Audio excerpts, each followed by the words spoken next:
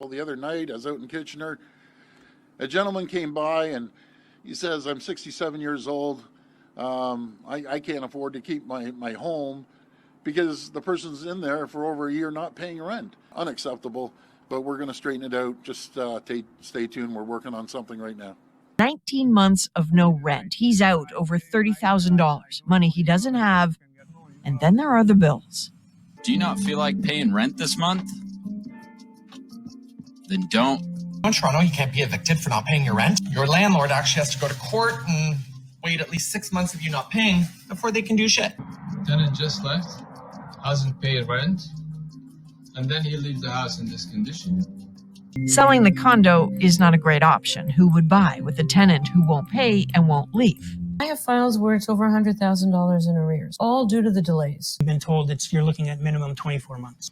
Make a single error, like a date or a misspelling of a name on a notice, then your application's thrown out. Because of a silly mistake, now you have to go back in line.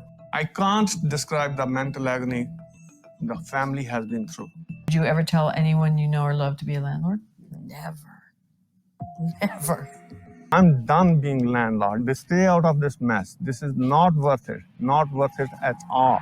I don't see any of it being affordable housing. Almost daily, news media are reporting how increasingly difficult it is to find affordable places to live.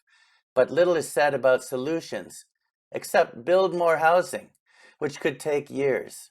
Meanwhile, many people are looking for a place to live right now. My name is Peter Wolfl, and here's my proposal for the fastest solution to affordable housing in Canada. The Ontario Landlord and Tenant Board's annual report from 2022 to 2023 says that at the end of their fiscal year, which was March 31st, 2023, they had a backlog of over 53,000 active cases, and that less than 50% of their cases are being resolved at a hearing.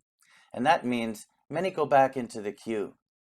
As a result, there are extremely long wait times for a hearing. Currently, landlords wait 10 months or more, and tenants wait up to 2 years. 88% of all cases are from landlords and 12% from tenants. And 70% or more of all the cases are from landlords for non-payment of rent, followed by 6% of all cases from tenants for tenant rights and maintenance. Canada has the lowest supply of housing relative to population of any G7 country. Canadian housing is now among the least affordable in the entire world. Rising mortgage rates have made home buying even more expensive. As a result, sales have decreased, developers are holding back on new construction, and investors are selling their units. Now that we have a pretty good idea of what the problems are and where they come from, let's talk about the solution. Simply put, affordable housing can only come from two possible places: existing space and new space. For existing space that is rentable, whether it's occupied or not, we need to remove the threats and risks to build confidence back so that owners don't leave the rental market. And for existing space that is not yet rentable and not occupied, we need to add some incentives for owners to do the renovations necessary to quickly increase the rental space in those properties. And for new space, we need to build non-profit housing quickly and efficiently. It's much faster and cheaper to use existing space than to build completely new space, but both are needed to meet Canada's ambitious growth plans.